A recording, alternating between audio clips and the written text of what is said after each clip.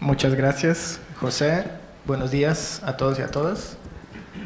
Es un gusto estar aquí en Lima. Efectivamente, fue hace 5 años que estuve participando en otro evento organizado por el CONADIS y de verdad que me da mucho gusto estar acá. Gracias otra vez al CONADIS, a los colegas de UNICEF Perú por permitirnos estar acá. Esta sesión 1 sirve un poco para ubicarnos, ¿no? Para tener un panorama general de cuál ha sido históricamente los desafíos y los logros de la medición de la discapacidad, tanto a nivel global como a nivel regional. Nos permitirá esta sesión tener un poco una visión general para luego, a medida que vayamos avanzando con el programa de hoy y de mañana, podamos ya entrar en el detalle de las preguntas de UNICEF y del Grupo de Washington y del enfoque funcional de medir la discapacidad. Casi todos ustedes saben y conocen que los datos sobre la discapacidad varían de manera bastante grande a nivel internacional y también dentro de los mismos países. Eso se debe a una serie de razones. Para empezar, la prioridad que se le otorga al tema de la discapacidad en las políticas públicas de cada uno de los países. Pero también el nivel de los recursos que se destinan en cada país a la recolección de datos en generales y a la recolección de datos desagregados en particular. Y también factores culturales juegan un rol importante, ¿no? Respecto a la valoración, el conocimiento que hay en torno a la discapacidad en los diferentes países. En el mundo, a nivel histórico, hubo más de 700 ejercicios de recolección de datos sobre discapacidad, hablando de censos, de encuestas de hogares y de registros administrativos. Casi todos los países del mundo, 198 países, tienen datos sobre discapacidad.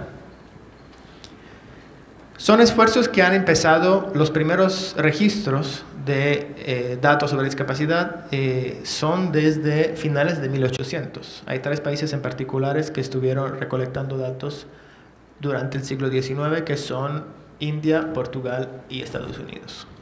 Sin embargo, el grueso de los datos sobre discapacidad ha venido siendo disponible a partir de los últimos 60 años.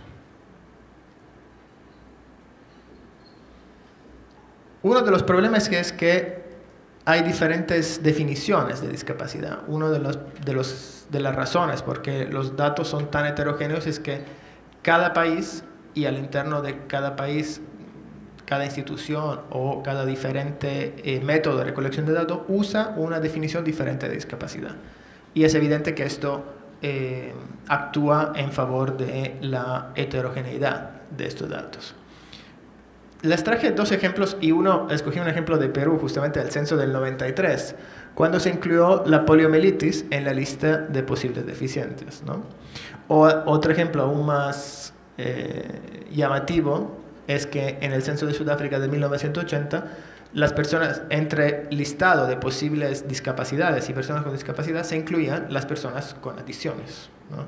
O sea, algo que realmente no tenía nada que ver con la discapacidad y que actúa en un sentido de producir datos que no son confiables sobre el tema. También hay mucha variedad en el número de preguntas, en los cuestionarios, ¿no? Para la recolección de datos. Hay censos, encuestas que tienen una sola pregunta sobre discapacidad, que en la mayoría de los casos es: ¿tiene usted o alguien de su familia discapacidad? ¿Sí o no? O pueden llegar a tener hasta 30 preguntas diferentes sobre discapacidad. También hay mucha diferencia en el uso más allá de la definición de discapacidad. Muchos cuestionarios usan un lenguaje antiguo y hasta ofensivo para las personas con discapacidad. Y finalmente, y esto es algo que nos interesa particularmente como UNICEF, muchas veces se usa el mismo cuestionario tanto para adultos como para niños y niñas. Vamos a ver algunos ejemplos. Los primeros que les mencioné de 1800, ¿no? Estados Unidos, Censo de Población y Vivienda de 1850. La pregunta iba sobre si algún miembro de la familia o del hogar era sordomudo, ciego, demente, idiota, indigente o convicto. Se dan cuenta que, pues, evidentemente esta es una traducción al español pero estas eran las preguntas que se hicieron, ¿no? En 1901, en Irlanda, también se preguntaba si algún miembro del lugar era sordo, mudo, ciego, idiota, imbécil o lunático. Se dan cuenta que los datos que pueden salir de un instrumento de ese tipo son totalmente no confiables, ¿no? Pero ustedes dirán, bueno, pero eso fue a principios de 1900. Entonces, vamos a buscar ejemplos más cercanos. En 1998, en Pakistán, también se pregunta si alguna persona en el hogar es ciega, sordomuda, impedido físico, retrasado mental, discapacidad múltiple, demente u otros. Aquí hay aún más confusión, porque estamos hablando de, pues, tipo de discapacidad, digamos, si una persona es ciega, si una persona es sorda. No voy a comentar sobre lo mudo ahora, pero bueno. Pero luego también discapacidad múltiple. O sea, estamos preguntando si una persona es una discapacidad múltiple. O sea, hay muchísima confusión, ¿verdad? Y luego demente y todo, ¿no?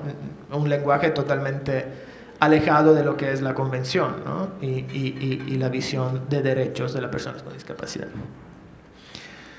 En 2011, en Montenegro, caso muy interesante, se pregunta: ¿tiene la persona alguna discapacidad que le impida el desempeño de las actividades diarias a causa de una enfermedad de larga duración, de invalidez o de vejez? Términos aceptables, pero ¿cuál es el problema? Que esta pregunta se hace a todos los miembros del hogar, incluyendo los niños de 0 años en adelante. Entonces, es evidente que no va a tener una discapacidad relacionada con la vejez, un niño, o con una enfermedad de larga duración.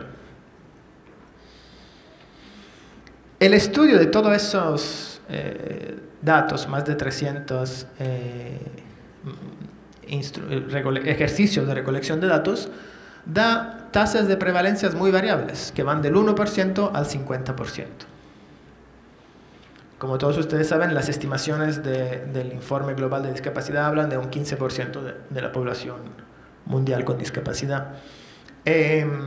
Además, lo que le mencioné antes, que cuando se llevaron a cabo diferentes ejercicios de medición en el mismo país, también teníamos niveles de prevalencia diferentes, ¿no? O sea, cada instrumento arrojaba un dato diferente. Eso en el nivel global. Pasamos un poco a la región de América Latina y el Caribe. Esos datos salen de un estudio de CEPAL de 2014, de la Comisión Económica para América Latina y el Caribe. Se registraron 125 fuentes de datos en 34 países de la región. Y también tenemos un panorama de alguna manera parecido a lo que acabo de describir respecto a la situación global. De los 34 países que fueron objeto de este estudio, la mitad tenía una definición de discapacidad necesaria, o sea, a efectos de la recolección de datos. La otra mitad no tenía una definición de discapacidad. O sea, estaban buscando datos sobre discapacidad sin definir o tener claro qué estaban entendiendo por discapacidad.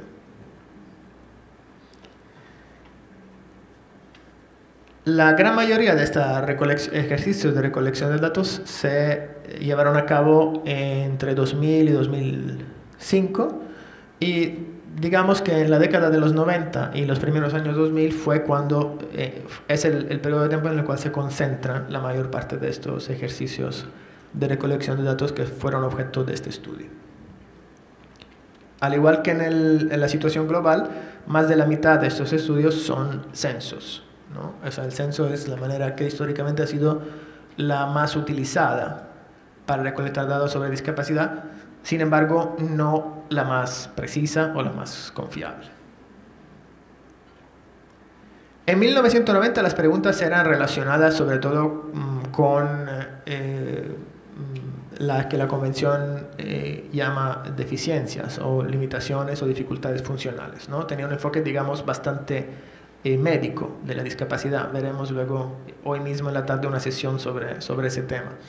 A partir del 2000 se empezó a tener un enfoque ya basado en las restricciones y en las limitaciones que las personas con discapacidad enfrentan. A partir de 2006 se empezaron a utilizar las preguntas, a pilotear las preguntas del Grupo de Washington, y en la ronda de censo de 2010 fueron 21 los países de la región que usaron las preguntas del Grupo de Washington. Ya veremos también en esos 2 días que hay diferentes módulos, un módulo largo, un módulo corto, un módulo específico de niños. Entonces, estos 21 países se refieren al uso de cualquiera de estos modelos del Grupo de Washington. Pero lo importante allá es que sí se están usando esas preguntas que están basadas en un enfoque funcional de la discapacidad. Vamos a ver cómo se usaron las preguntas y qué diferencias han determinado en términos de datos sobre la prevalencia de discapacidad. En México, por ejemplo, en el censo de 2000, se preguntó si en los hogares las personas tenían algunas de las, ahí se definen siguientes: discapacidad, dificultades para moverse, para utilizar brazos y manos, sordo, mudo otra vez, invidentes, etc. Resultado, 2%. En el censo de 2010, pregunta ya basada en las dificultades funcionales. Si alguien experimentaba dificultades a la hora de moverse, de caminar, de ver, de hablar, ya empezamos a tener un enfoque funcional y no de limitaciones. Y dato, 4%, el doble de 10 años atrás. Pero en 2012 se hizo una encuesta nacional sobre salud y nutrición sobre niños de 2 a 9 años, utilizando preguntas relacionadas con las del Grupo de Washington, con los módulos y los ámbitos del Grupo de Washington, y eso se arrojó un dato de un 28%.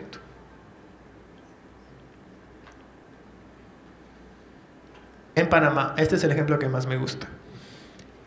En los diferentes censos, del 80 al 2000, se usaron preguntas de ¿tiene usted algún tipo de discapacidad?, con un listado de discapacidades.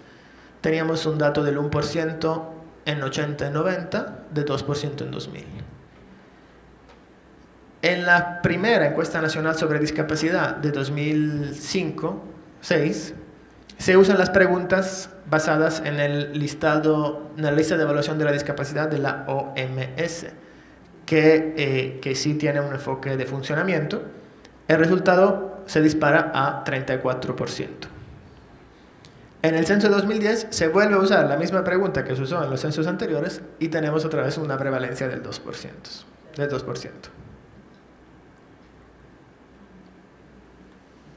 Y un ejemplo parecido a lo de Chile. En los 2 censos se usan preguntas estándar, digamos, que se han usado en los censos. Tenemos una prevalencia del 2%, prevalencia que sube al 13% aplicando un índice de discapacidad basado en un enfoque funcional.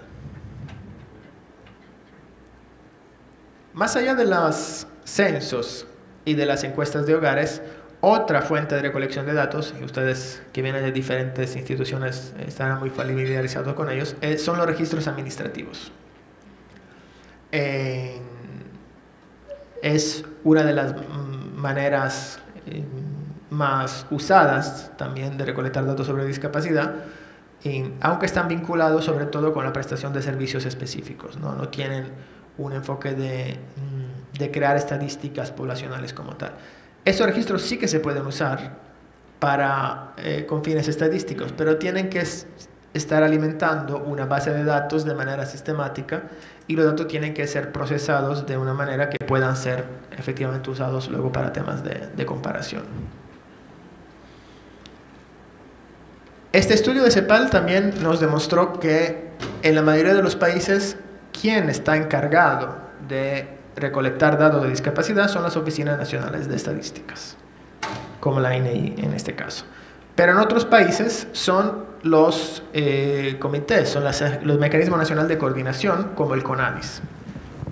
Eso también tiene repercusiones en términos de calidad y comparabilidad del dado, por cuestiones que se refieren a la capacidad de recolectar esos datos, a los recursos que se pueden dedicar a esto y a los equipos que se pueden dedicar a este proceso.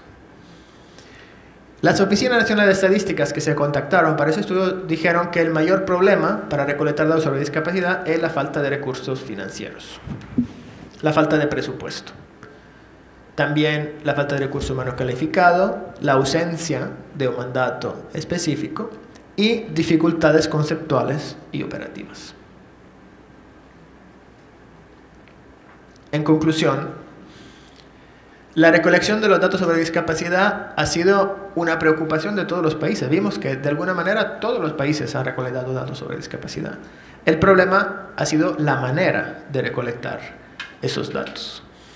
Hay diferencias en la definición de discapacidad, en los propósitos para la recolección de esos datos, en las medidas operativas, en la fuente de datos, en el método de utilización, si fueron encuestas, si fueron censos, si fueron registros administrativos, en la categoría de respuestas, en la definición de los rangos de edades. O sea, hay una variedad enorme tanto a nivel global como a nivel regional sobre esto. Eso afecta, como les mencionamos, los niveles de prevalencia y eso impide poder planificar e implementar políticas públicas específicas que se enfoquen sobre estos grupos poblacionales. La clave de todo esto no es si una baja prevalencia es más o menos precisa, ¿no? Sino si estamos formulando las preguntas correctas. Y las preguntas correctas tienen que estar alineadas con el objetivo por lo que estamos haciendo este ejercicio de recolección de datos. Muchas gracias.